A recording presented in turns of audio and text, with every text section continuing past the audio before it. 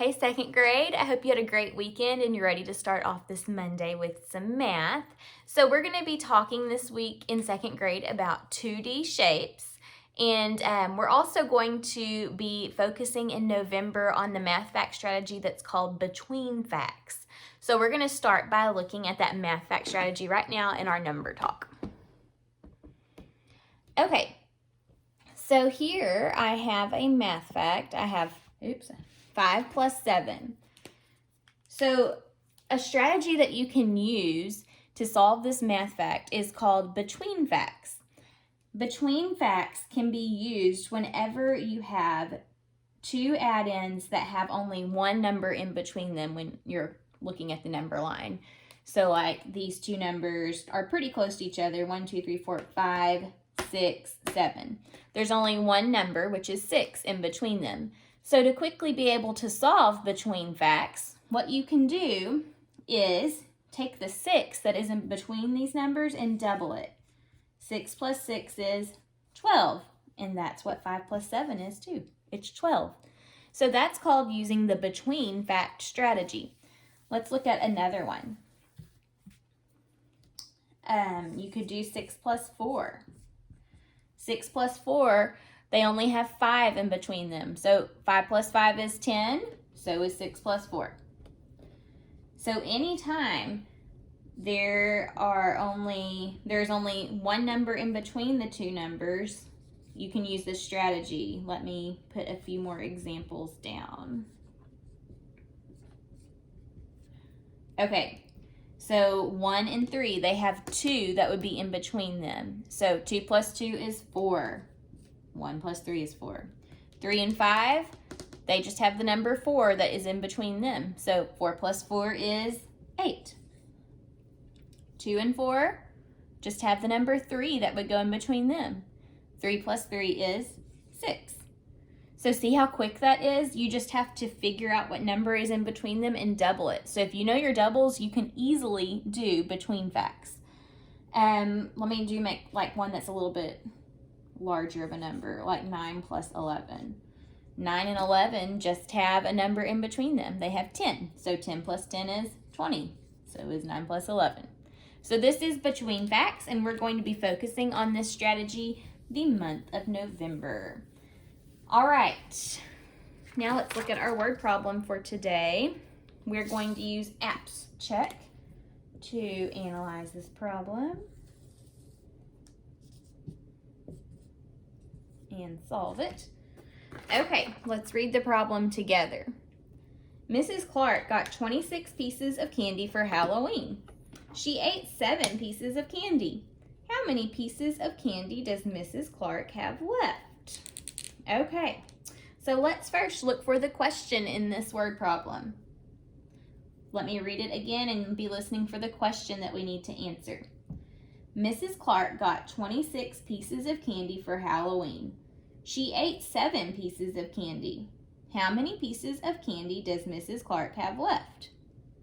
Did you hear the question that we need to answer? How many pieces of candy does Mrs. Clark have left? See, it ends with a question mark, so we know that we have to answer this question. Now let's go back through and listen for important information in this word problem.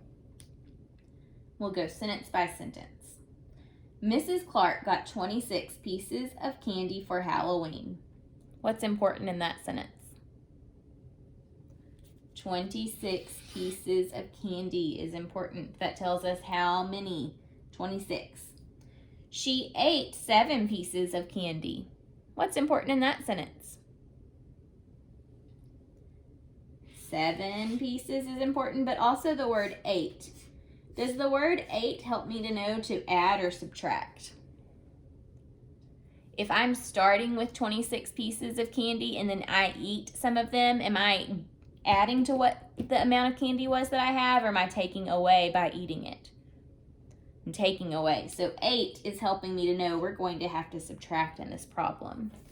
All right, so we have analyzed the problem. Now let's plan what we're going to do. So we already talked and we have discussed that when we are eating candy, that means we're going to be subtracting in this problem. So our plan is going to be to subtract. What number sentence do we need to use to subtract? Well, Miss Clark started with 26 pieces of candy, and then she ate 7. So 26 minus 7 equals, this is our plan. This is what we need to do. All right, now let's solve. I think this time I may solve using an open number line. Okay, so when we subtract, we're going to start on the far right over here at 26. And we are subtracting 7. So we're going to go backwards 7. 1, 2, 3, 4, 5, 6, 7. All right, now let's figure out what number this is. So 26, 25, 24, 23, 22, 21, 20, 19. So I believe 26 minus 7 is 19. We can check it over here though. Let's check this one by, let's see, we could draw base 10 blocks. I don't have my manipulatives out, otherwise we could actually use the base 10 blocks, but they're not right next to me right now. Okay, so let's just go ahead and draw them out. 26. And we need to take away 7. Okay, so 1, 2, 3, 4, 5, 6. Uh-oh, there's a problem. I don't have enough ones to take away. So I need to take this 10 and exchange it for 10 ones. So let me put 10 ones in its place. 1, 2, 3, 4, 5, 6, 7, 8, 9, 10.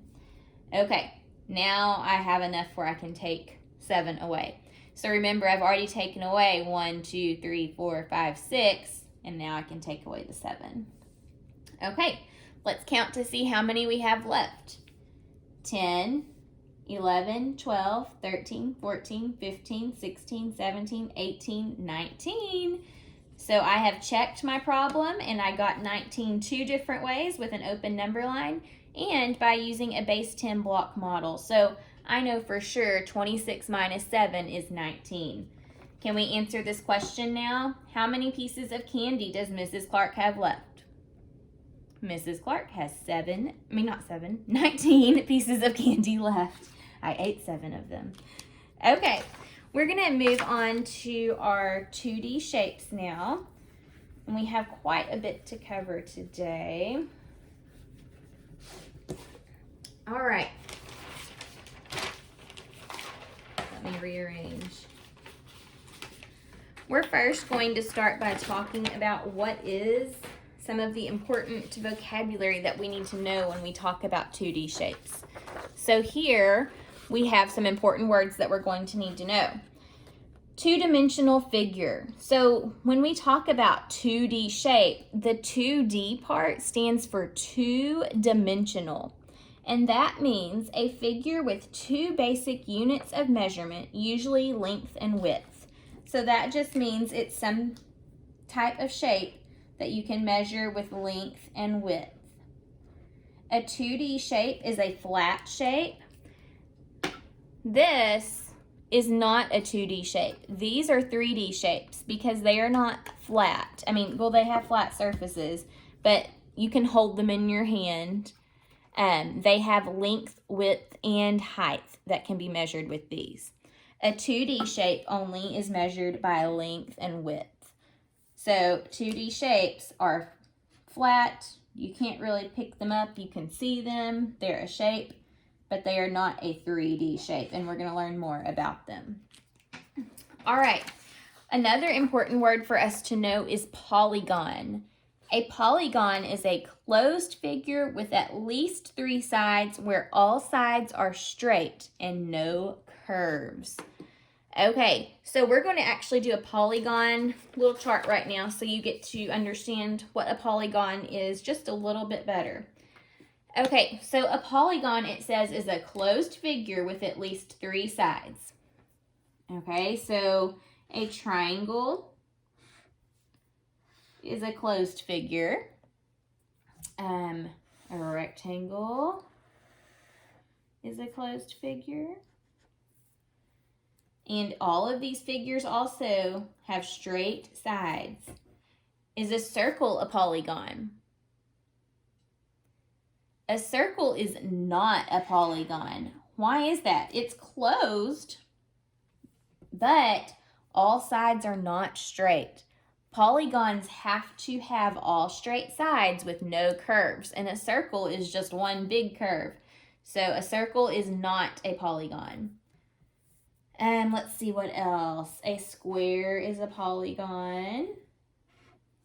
A trapezoid is a polygon. A hexagon is a polygon. These are all polygons. They all have straight sides and they're all closed.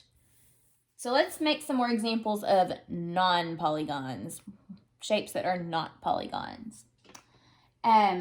So it has to be a closed figure. So if I was to draw a shape like this isn't really a shape at all.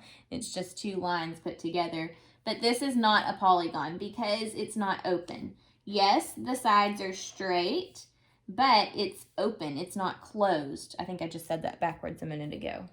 It is not closed, so it's not a polygon. If I had a shape like this,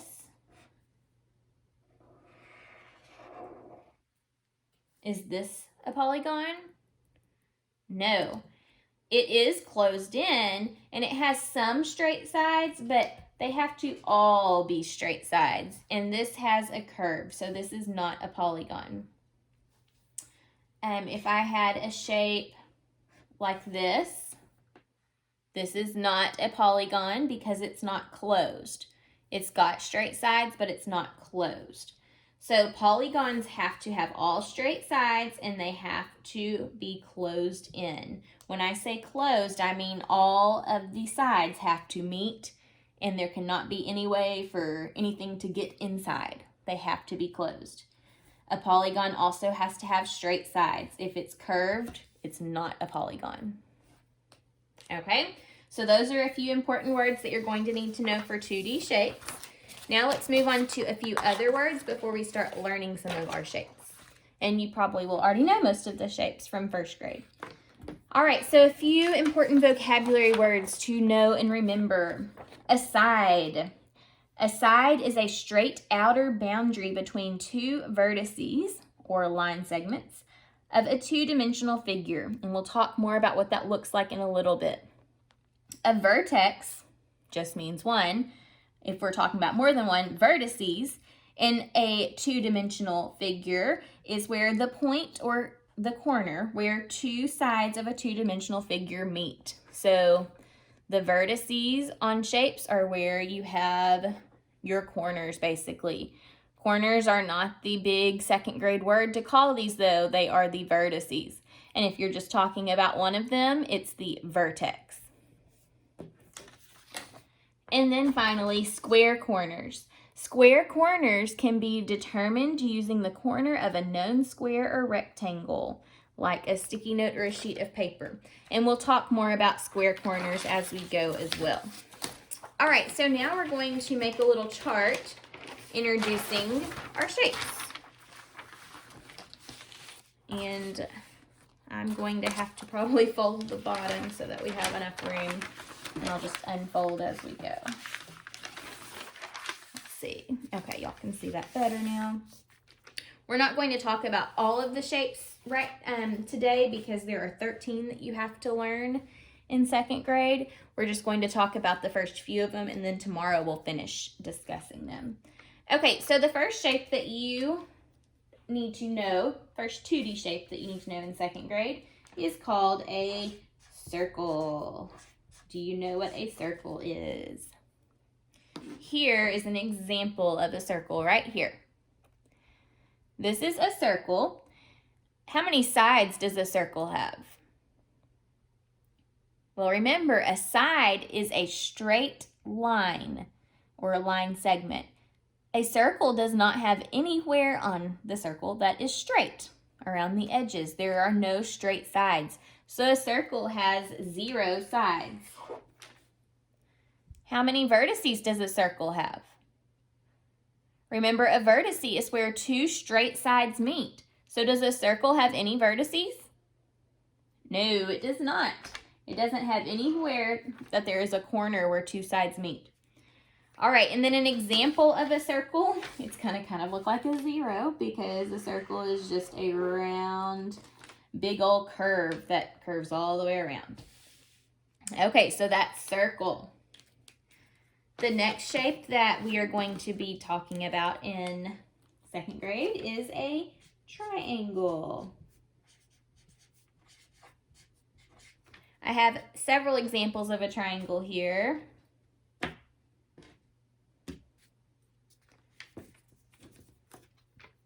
This is a triangle, this is a triangle, and this is a triangle. Just like with any shape, it doesn't matter what size it is. It could be a really small one, or it could be a really large one. It could be in green, red, yellow, any color. It doesn't matter what color or size or what angle you're looking at it at. As long as it follows the rules of the shape, it's still considered that shape. So, a triangle, how many sides does a triangle have? A triangle has 1, 2, 3 sides. How many vertices does a triangle have? It's got 1, 2, 3 vertices. Okay, and then an example of a triangle. We said it could be a really big triangle. It could be a tiny triangle that's turned upside down. Triangles can also look like this, where they have 2 straight sides and then one that connects the 2 straight sides. This type of triangle here is called a right triangle because it has this right corner that we were talking about, or a square corner. A square corner happens when you could like take a piece of paper, well that piece of paper's not, here we go. And the piece of paper could make a square in the corner. You can't do that with these other triangles that I've drawn because they don't have 2 straight sides. You can make a square corner wherever there are 2 sides that meet at a straight point. This is not a square corner here, and this is not a square corner because the sides there are not straight. They have to be exactly straight to make a square corner. So you can have triangles like this and this. You could have a triangle that looks like this. It doesn't matter how it's facing, how skinny it is, or how wide it is, as long as it only has 3 sides and 3 vertices, it is still a triangle. All right, the next shape that we're going to talk about is the rectangle. Rectangle. All right, and here I have 2 rectangles. A rectangle has 2 sides that are equal in length and then 2 other sides that are equal in length. All 4 of the sides of the rectangle are not equal because it has 2 longer sides and 2 shorter sides. So how many sides does a rectangle have? It has 1, 2, 3, and 4. And then how many vertices? Remember, a vertice or vertex is where 2 sides meet. It has 1, 2, 3, 4. So 4 vertices. Some examples of rectangles. You could have a long and skinny rectangle. You could have a rectangle that faces this direction. You could have a diagonal rectangle. As long as all 4 sides are straight and not like curved or slanted or something like that. And as long as all 4 sides have, well, we have 4 sides and 4 vertices and 2 sides that are longer and 2 sides that are shorter, that is a rectangle. All right, the next shape we're going to talk about is called a rhombus.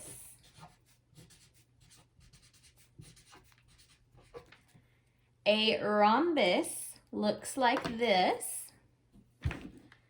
It kind of looks like a leaning square. Okay, this is a rhombus. So a rhombus, how many sides does it have? 1, 2, 3, 4. So it has 4 sides. And how many vertices? Oops. 1, 2, 3, 4 vertices. And it looks like this.